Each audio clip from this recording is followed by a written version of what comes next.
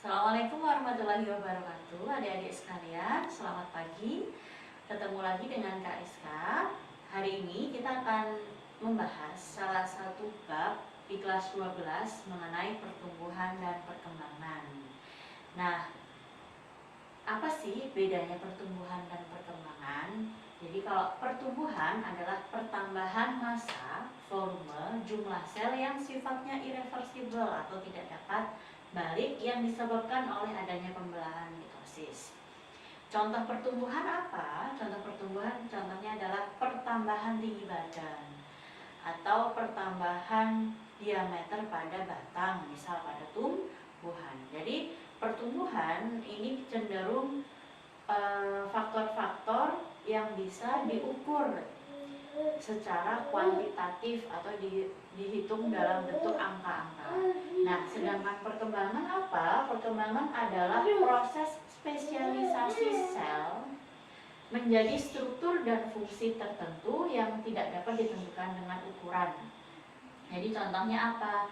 Contohnya kalau pada tumbuhan ada jaringan meristem. Jaringan meristem pada tumbuhan itu adalah jaringan-jaringan yang terus membelah diri.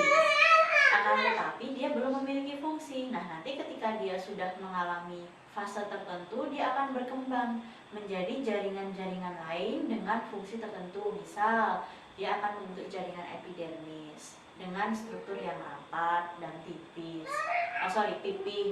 Atau misal dia akan membentuk jaringan korteks, jaringan xilem dan floem. Nah, itu disebut sebagai perkembangan.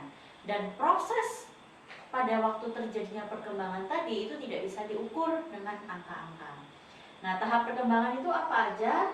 Yang pertama ada tahap pembelahan sel. Jadi sel-selnya itu membelah bertambah banyak hingga pada titik tertentu dia akan mengalami peristiwa morfogenesis. Nah, morfogenesis itu adalah proses pembentukan morfologi.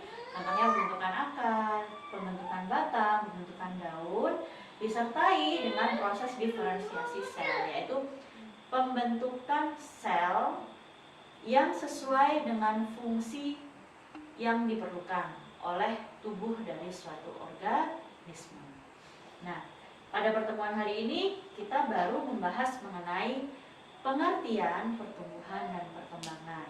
Nah, di kesempatan selanjutnya kita akan membahas mengenai faktor-faktor pertumbuhan dan perkembangan serta proses pertumbuhan dan perkembangan pada tumbuhan. Sekian untuk materi pada kesempatan hari ini. Apabila ada salah kata, mohon maaf.